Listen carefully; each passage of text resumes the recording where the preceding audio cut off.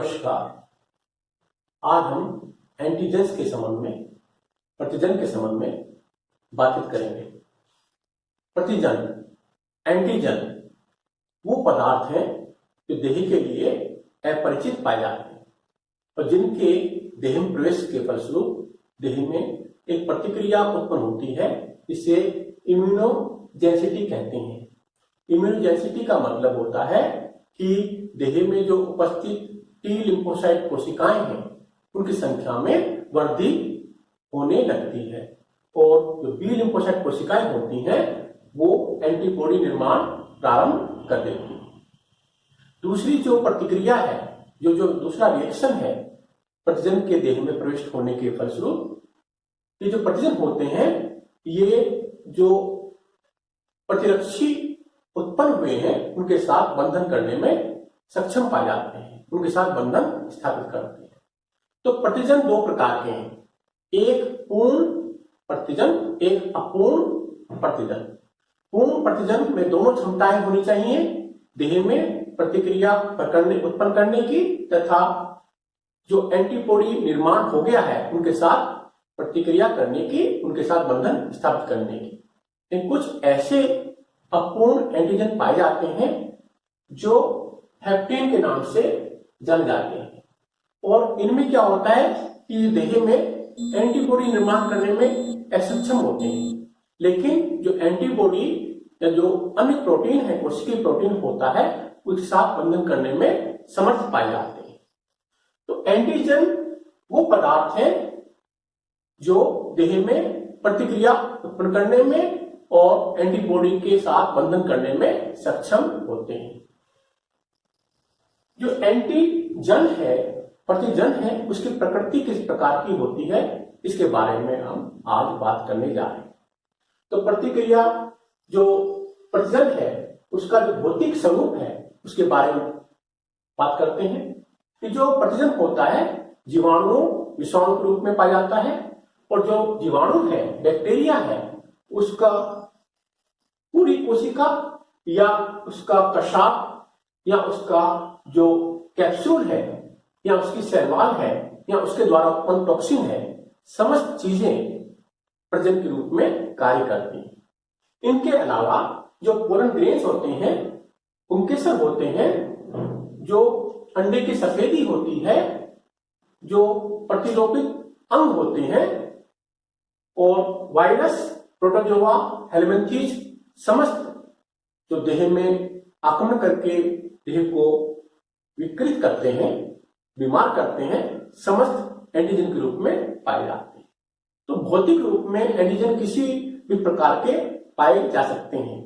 दूसरा जो इसकी रासायनिक प्रकृति है उसके अंतर्गत ये प्रोटीन हो सकते हैं, ग्लाइकोप्रोटीन हो सकते हैं, लिपोप्रोटीन्स हो सकते हैं, लिपिड्स हो सकते हैं, कार्बोहाइड्रेट्स हो सकते हैं और न्यूक्लिक अम्ल के रूप में भी पाए जा सकते हैं। तो इनका जो स्वरूप है विस्तृत है, भौतिकी भी और रासायनिक भी। अब हम बात करते हैं कि जो डिटर्मिनेंट्स होते हैं, एपिटोप्स होते हैं, वो क्या होते हैं। जो प्रतिजन की संरचना है, प्रतिजन की जो काय है, वो समस्त रूप से संक्रमण करने में असक्षम पाई जाती है। इसकी जो संरचना है, उसके जो देह है प्रतिजन की, उसमें कुछ ऐसे सक्रिय स्थल पाए जाते हैं जो प्रतिरक्षी के साथ या टी कोशिकाओं के साथ बंधन करने में सक्षम पाए जाते हैं। उन सक्रिय स्थलों में प्रवृत्ति पाई जाती है प्रतिरक्षी के साथ और टी कोशिकाओं के साथ बंधन करने की। तो ये जो विशिष्ट स्थल है किसी प्रतिजन के, उनको हम बोलते हैं डिटर्मिनेट्स, निर्धारक, एपिटोप्स। तो ये वो स्थल है किसी प्रजनन के जिनके साथ, जो जिनकी सहायता से प्रजनन अपने प्रतिरक्षियों के साथ या टी कोशिकाओं के साथ बंधन स्थापित करता है। ये जो डिटर्मिनेट्स होते हैं, ये जो एपिटोप्स होते हैं, ये एक भी हो सकता है और एक से अधिक हो सकते हैं। ये जो एपिटोप की संख्या होती है वो वैलेंसी के रूप में पाई जाती है। जो एंटीजन होते हैं मोनोवैलेंट हो सकते हैं, बाईवैलेंट हो सकते हैं और मल्टीवैलेंट भी पाए जाते हैं। यदि उनके देह के ऊपर एक ही डिटर्मिनेंट उपस्थित है तो उसे हम बोलेंगे मोनोवेलेंट, 2 है बाइवेलेंट, और 2 से अधिक संख्या में है तो मल्टीवेलेंट के रूप में उसको हम पहचानते हैं।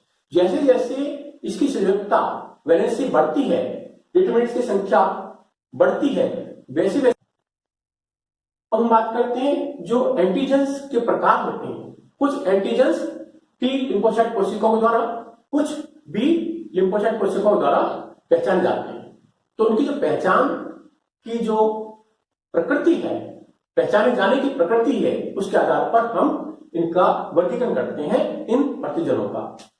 तो हम बात करते हैं पहले कि जो इंटरेक्शन विथ एंटीजेंस, ये एंटीजेंस का जो एंटीबॉडी के साथ और टी लिम्फोसाइट कोशिकाओं के साथ जो बंधन है, उसकी प्रकृति किस प्रकार की पाई जाती है। तो पहले हम बात करते हैं बी कोशिकाओं की।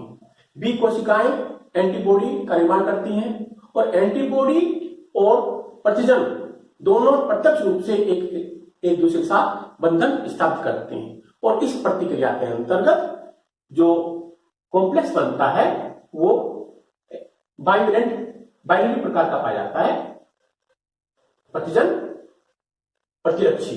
ये जो कॉम्प्लेक्स है ये बाइनरी प्रकृति का पाया जाता है, इसमें केवल 2 ही पदार्थ भाग लेते हैं। जबकि टी कोशिकाओं के द्वारा जो पहचाने जाते हैं एंटीजेंस, उनके अंतर्गत जो बंध बनता है टी लिम्फोसाइट कोशिकाओं और प्रतिजन के बीच में, उसके अंतर्गत एक कॉम्प्लेक्स बनता है जिसमें 3 पदार्थ पाए जाते हैं। ये टर्शनरी कॉम्प्लेक्स होता है, इसमें टी कोशिकाएं भी हैं और उनके साथ बंधित एंटीजेंस है, और एक अणु और होता है MSC, ये अणु भी इसमें पाया जाता है, इसकी हम बात बाद में करेंगे। दूसरा जो अंतर का पॉइंट है बाइंडिंग ऑफ सोल्यूबल एंटीजेंस। जो एंटीजेंस 2 प्रकार के हैं, एक जल में घुलनशील है, एक जल में अघुलनशील है। तो प्रथम जो प्रकार के बी कोशिकाएं के द्वारा पहचाने जाने एंटीजेंस होते हैं, वो बी कोशिकाएं जो जल स्नेही प्रतिजन होते हैं उनके साथ बंधन करने में सक्षम पाई जाती है। जबकि ये जो दूसरी टी कोशिकाएं होती हैं, ये उन प्रतिजनों की पहचान करती हैं जो जल स्नेही नहीं है, जल में घुलनशील नहीं पाए जाते, ये वसीय प्रकृति के पाए जाते हैं। दूसरा जो इनकी प्रतिक्रिया के अंतर्गत MSC अणुओं का उपयोग होता है कि नहीं होता है। तो बी जो कोशिकाएं होती हैं उसके अंतर्गत जो प्रतिक्रिया होगी उसमें इनकी आवश्यकता नहीं होती है, जबकि टी कोशिकाओं के प्रतिक्रिया के अंतर्गत इनकी आवश्यकताएं पाई जाती है। बिना MSC अणु के ये जो टी कोशिकाएं हैं प्रतिजन के साथ बंधित नहीं होती हैं। अन्य जो डिफरेंस है रासायनिक प्रकृति। रासायनिक प्रकृति के अंतर्गत जो बी कोशिकाओं के द्वारा पहचाने जाने वाले प्रतिजन हैं, उनकी रासायनिक प्रकृति कैसी होती है? प्रोटीन की होती है, लिपिड्स की होती है और पॉलीसैकेराइड्स इस प्रकृति के पाए जाते हैं। जबकि टी कोशिकाओं के द्वारा पहचाने जाने वाले ये जो प्रतिजन हैं वो केवल प्रोटीन की प्रकृति के ही पाए जाते हैं। एक अंतर और है कि बी कोशिकाएं जो एंटीबॉडी का निर्माण करेंगी वो संपूर्ण प्रतिजन के साथ संपर्क करने में, बंधन करने में सक्षम पाए जाते हैं। जबकि टी कोशिकाएं जो प्रतिजन है उसका जो खंडित रूप होता है, उसके छोटे छोटे अंश होते हैं, उनकी पहचान इसके द्वारा की जाती है। अंत में हम बात करते हैं कि जो प्रतिजन है उसकी जो विशेषताएं हैं, उसके जो विशिष्ट गुण है वो कौन प्रकार से, किस प्रकार के पाए जाते हैं। पहला जो गुण है किसी प्रतिजन का, वो देह से अपरिचित होना चाहिए। जेनेटिकली वो देह के जो जीन्स संरचना है उससे अलग होना चाहिए। उसका संपर्क देह से कभी पूर्व में नहीं पाया जाना चाहिए। वही प्रजनन के रूप में कार्य कर सकता है। उसका जो आणविक भार है वो 1000 डाल्टन से अधिक होना चाहिए। कम अणुभार वाले जो प्रतिजन है वो प्रतिक्रिया करने में पूर्णतः सक्षम नहीं पाए जाते हैं।